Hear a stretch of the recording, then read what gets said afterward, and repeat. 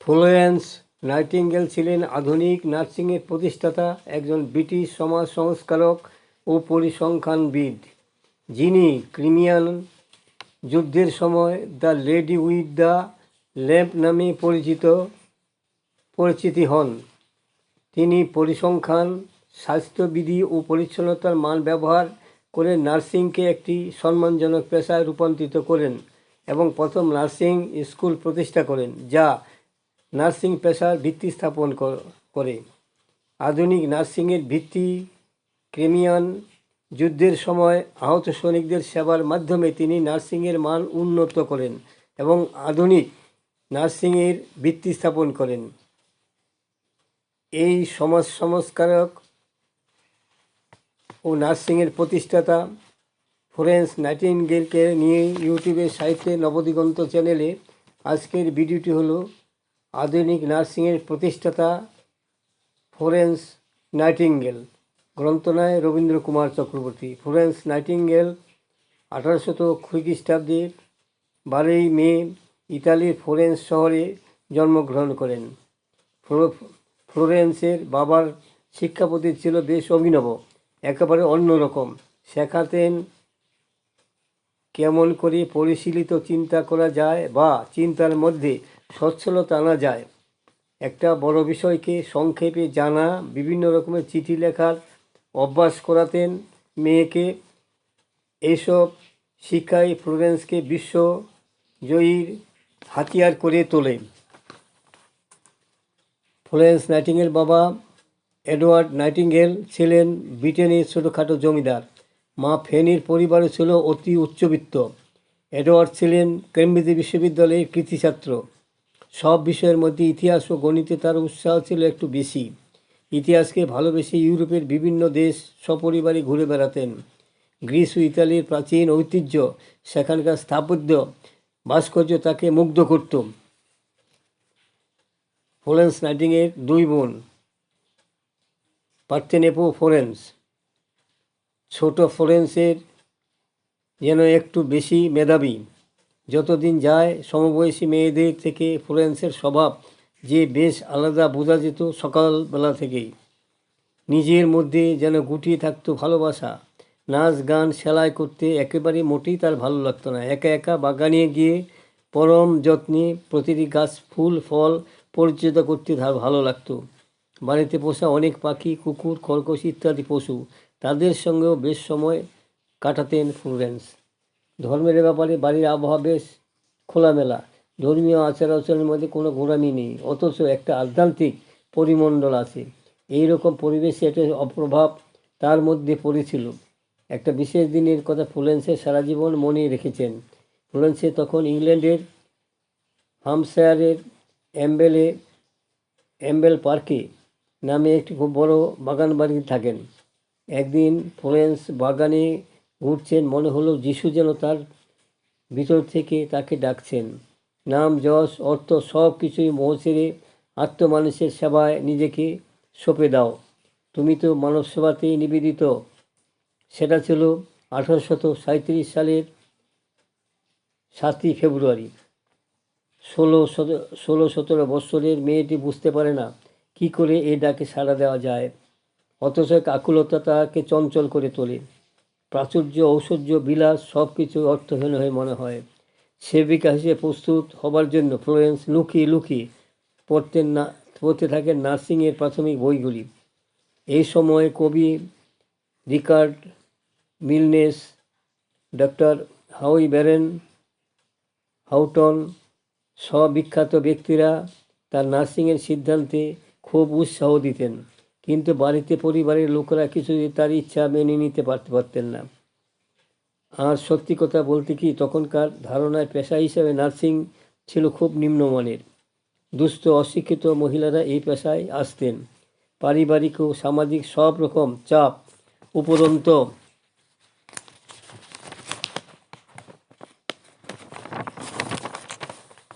কীভাবে সেবার কাজে যুক্ত হবেন বুঝতে পারতেন না। তিনি কিছুটা মানসিক অবসাদে ভুগতে থাকেন।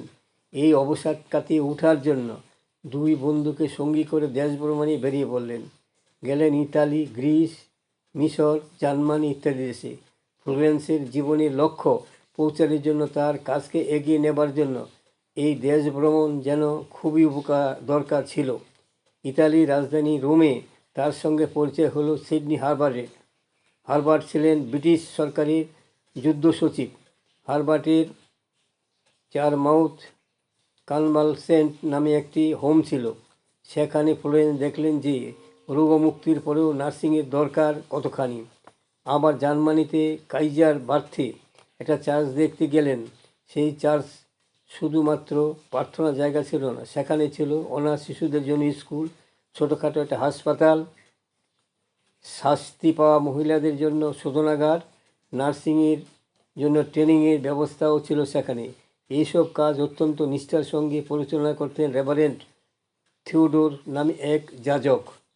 এইসব দেখার অভিজ্ঞতা থেকে ফ্লোরেন্সের জীবনের লক্ষ্য সম্পর্কে স্থির সিদ্ধান্ত নিতে পারলেন। জার্মানির ডিকুনেস স্কুল অফ কাইজারবার্থে অল্প দিনের একটা নার্সিংয়ের ট্রেনিং বা প্রশিক্ষণের জন্য ভর্তি হলেন। যেহেতু এই নার্সিংয়ের স্কুলটি চার্চের পরিচালনায় ছিল, তাই সবাইকেই যাজকদের মতো সাদা ধুতি সুতির ইউনিফর্ম পরতে হতো। এতে ফ্লোরেন্সের কষ্ট হতো না, বরং পবিত্র আনন্দ তাকে যেন ঘিরে রাখত। 1853 খ্রিস্টাব্দে 22 অগাস্ট দিনটি থেকে ফ্লোরেন্সের জীবনে একটা নতুন অধ্যায় শুরু হলো। লন্ডনে establishment for the gentlewomen during illness নামে একটি প্রতিষ্ঠান ছিল। সেখানে অসুস্থ মহিলাদের পরিচর্যা করে সুস্থ করে তোলা হতো। ফ্লোরেন্স সেখানে সুপারিনটেন্ডেন্ট হয়ে কাজে যোগ দেন। এই তার প্রথম কর্মজীবন শুরু। সেই শৈশব থেকে, না বোঝার বয়স থেকে আদর্শকে ধ্রুবতারা করে চলেছিলেন তিনি। সেই পথেই তার সোনার রথ এগিয়ে চলল। পথ চলতে গিয়ে চলতি পথের বন্ধুরাই তার সহায়ক হয়ে হলেন। এমনই একজন সারা জীবনের বন্ধু সিডনি হারবার্ট। পৃথিবীর শক্তিশালী দেশগুলি সবসময়ই প্রতিবেশী রাষ্ট্র দখল করে নিজের আধিপত্য বিস্তার করতে চায়। সেই রকমই শক্তিশালী রাশিয়া তুরস্কের রাজধানী কনস্টান্টিনোপলে সৈন্য নিয়ে হানা দেয়। সেই হানাদারিতে কিন্তু বিপদ শুধু তুরস্কের নয়, ফরাসি ও ব্রিটিশরাও ভয় পেয়ে গেল, কারণ তাদেরও এশিয়া ও অন্যান্য অঞ্চলে উপনিবেশ আছে, সেইগুলি তো রাশিয়া থাবা পড়তে পারে। এই আশঙ্কায় ফরাসি ও ব্রিটিশরা তুরস্কের সঙ্গে মিলিত হয়ে মিত্র শক্তি বা মিত্রপক্ষ গড়ে তোলে। সময়টা ছিল 1854 খ্রিস্টাব্দ।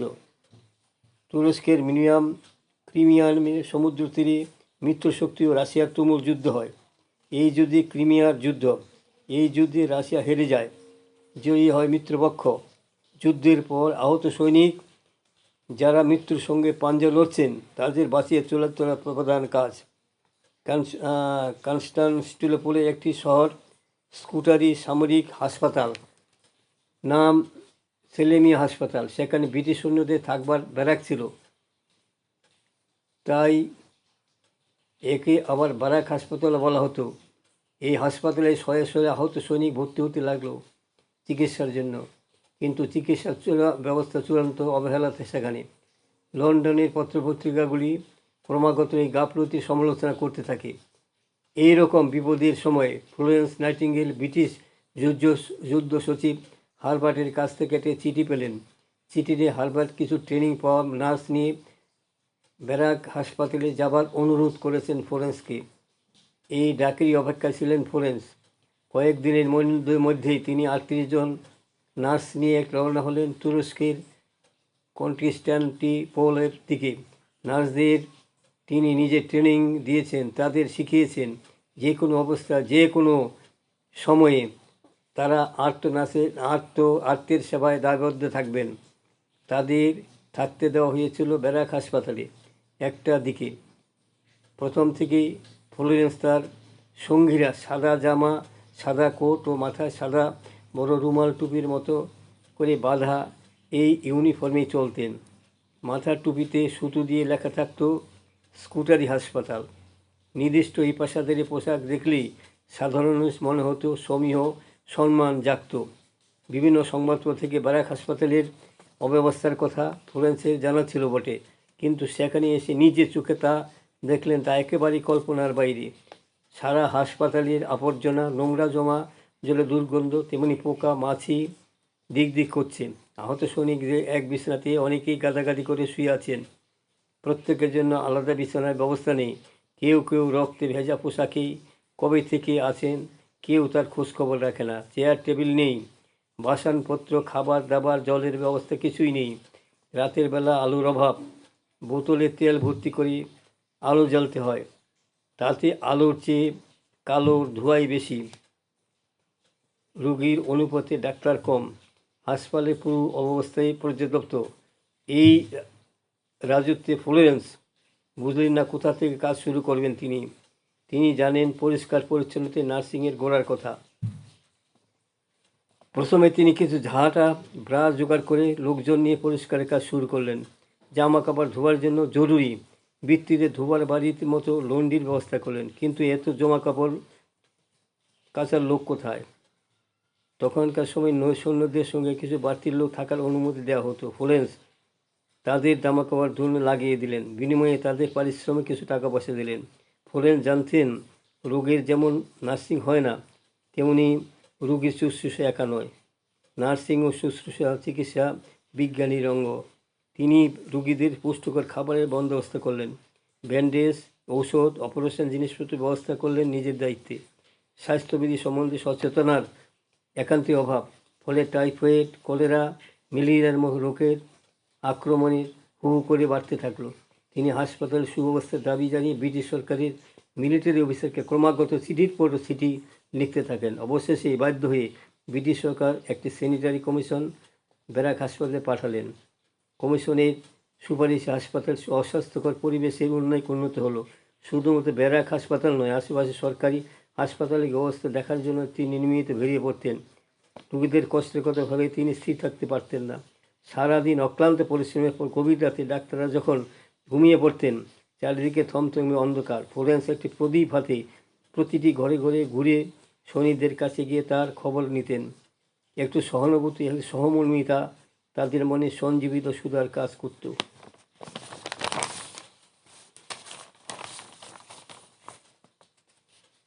1910 সালের 13 অগাস্ট 90 বছর বয়সে রণকান্ত সৈনিক কুমারী ফ্লোরেন্স নাইটিঙ্গেল ঘুমের মধ্যেই চিরশান্তি লাভ করেন। হাম্পশায়ারের এম্বেলে পার্কের কাছে সেন্ট মার্গারেট ইনস্টিটিউট ফ্লোরেন্সের পারিবারিক সমাধিক্ষেত্র। সেখানেই পূর্ণ সামরিক মর্যাদার সাথে তার সমাধিস্থ তাকে করা হয়। নার্সিং বা সেবা কথাটি তার রোগীর সেবার মধ্যে সীমাবদ্ধ রইল না। শোষণে পীড়িত, অশিক্ষার পীড়িত সবার জন্য সেবার হাত বাড়িয়ে দিয়েছিলেন ফ্লোরেন্স। তার সেবা মানব সেবা, তার সুদীর্ঘ জীবন একটি যুগের ইতিহাস। সারা পৃথিবী তার কাজে স্বীকৃতি দেওয়া হয়েছে, কত যে তার স্মারক, কত যে পুরস্কার, বুঝি তার নজির নেই। ব্রিটিশ সরকার তাদের সর্বোচ্চ সম্মান অর্ডার অফ দ্য মেরিট তাকে দেন। তিনি প্রথম ইংল্যান্ডের মহিলা যিনি এই পুরস্কার পান। শুধু ব্রিটিশ নয়, আরও কত দেশ থেকে তিনি রাষ্ট্রীয় মর্যাদা সর্বোচ্চ সম্মান তাকে সম্মানিত করা হয়। 12ই মে ফ্লোরেন্সের জন্মদিন নার্সিং দিবস হিসেবে পালন করা হয়।